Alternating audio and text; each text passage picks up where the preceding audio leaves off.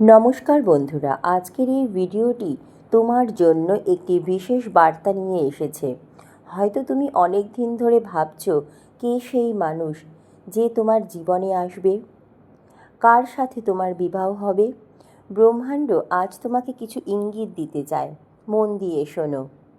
প্রথম সংকেত, যার সাথে তোমার বিবাহ হবে সে হঠাৎ করেই তোমার জীবনে আসবে না, বরং ধীরে ধীরে অদৃশ্যভাবে সে তোমার জীবনের অংশ হয়ে উঠবে। প্রথমে হয়তো তুমি তাকে সাধারণ একজন মানুষ হিসাবেই দেখবে, কিন্তু সময়ের সাথে বুঝবে এই মানুষটির উপস্থিত তোমার মনকে শান্ত করে। দ্বিতীয় সংকেত, সে তোমাকে বদলাতে চাইবে না, বরং তোমাকে যেমন তুমি ঠিক তেমনভাবেই গ্রহণ করবে।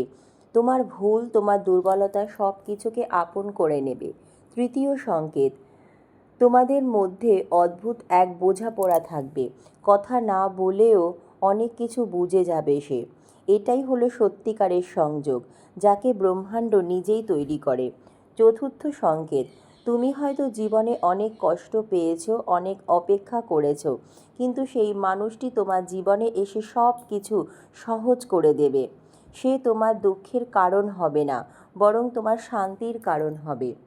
পঞ্চম সংকেত, যখন তুমি তার সাথে থাকবে তখন তোমার মনে হবে এই মানুষটিই তো আমার নিজের। মহাবিশ্ব বলছে তোমার জন্য সঠিক মানুষ ইতিমধ্যেই নির্ধারিত।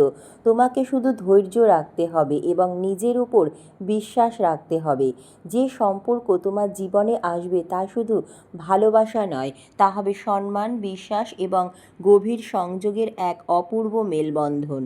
হে প্রিয় আত্মা, আজকের এই বার্তাটি কোনো সাধারণ কথা নয়, এটি তোমার জীবনের সবচেয়ে গুরুত্বপূর্ণ প্রশ্নের উত্তর বহন করেছে।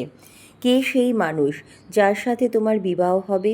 হয়তো তুমি অনেক রাত একা বসে ভেবেছ, কেন এখনও সে আসেনি, কেন তোমার জীবনে সব সম্পর্ক ভেঙে গেছে, কেন তুমি বারবার ভুল মানুষের কাছে গিয়েছো। কারণ ব্রহ্মাণ্ড তোমাকে প্রস্তুত করছিল।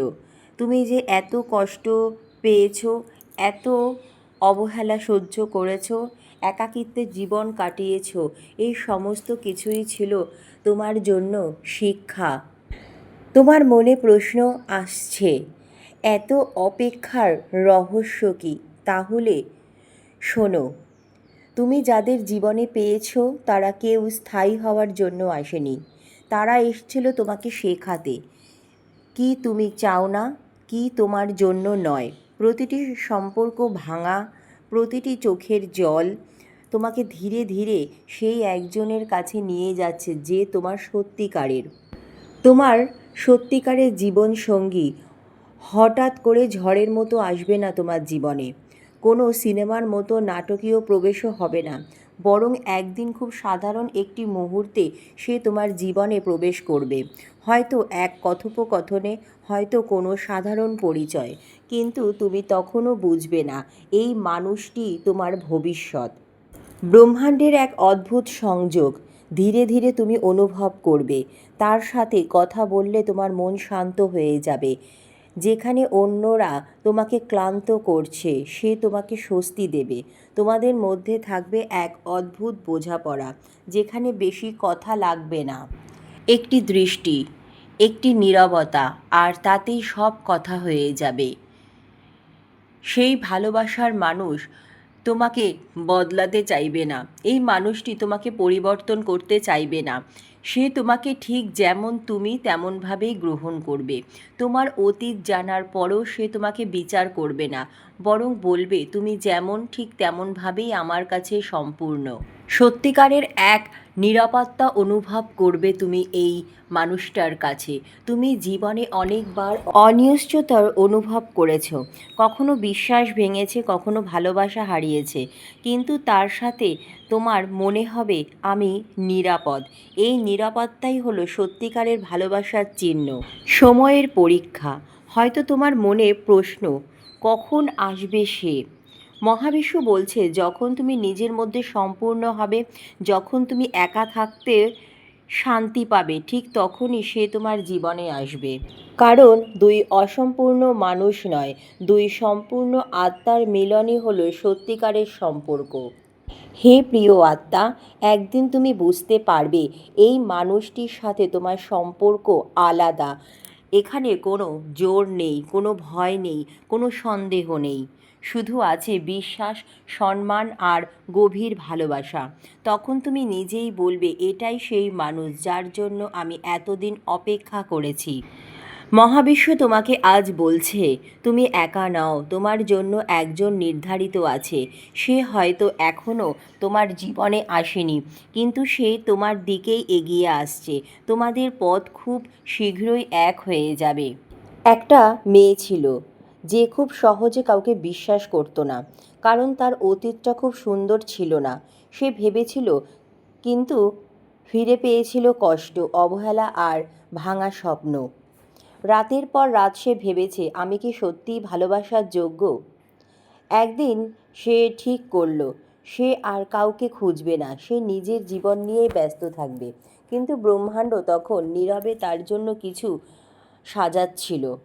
একদিন খুব সাধারণ একটি দিনে সে একটা নতুন মানুষের সাথে পরিচিত হলো।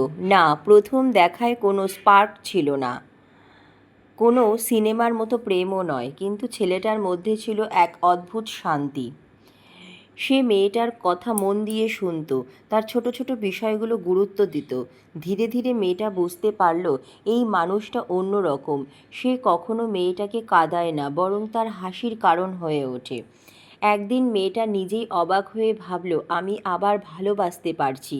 ছেলেটা তাকে বদলাতে চায়নি, সে শুধু বলেছিল, তুমি যেমন তেমনটাই আমার কাছে সবচেয়ে সুন্দর।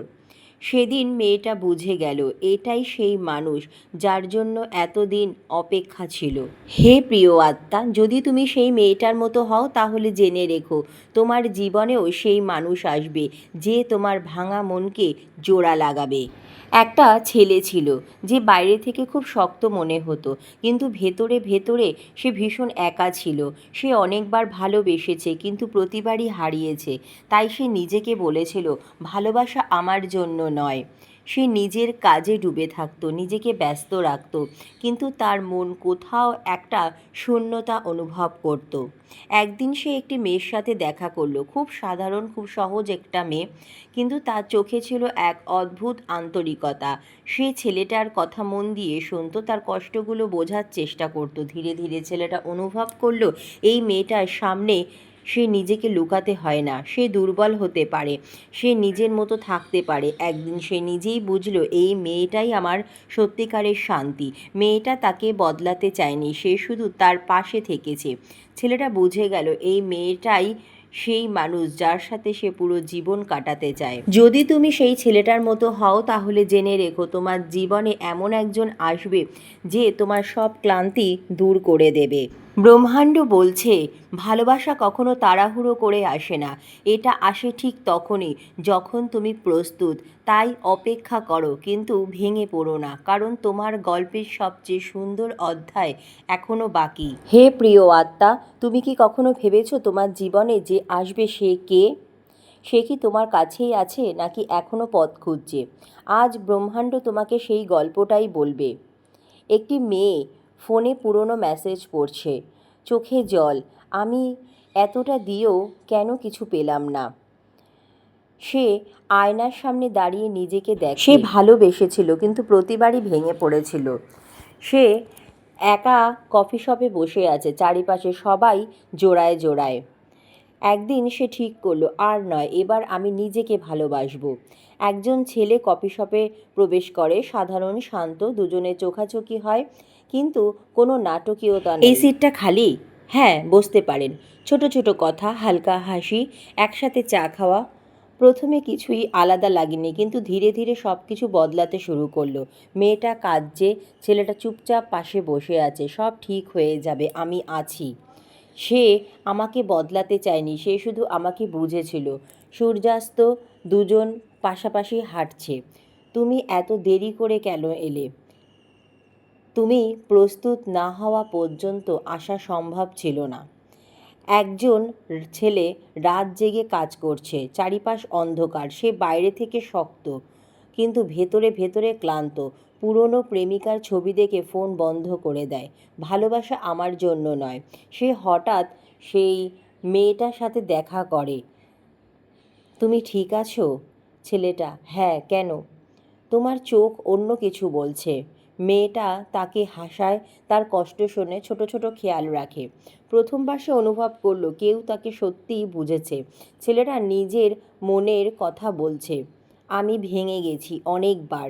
আমি তোমাকে ঠিক করার জন্য আসিনি, আমি তোমার পাশে থাকার জন্য এসেছি।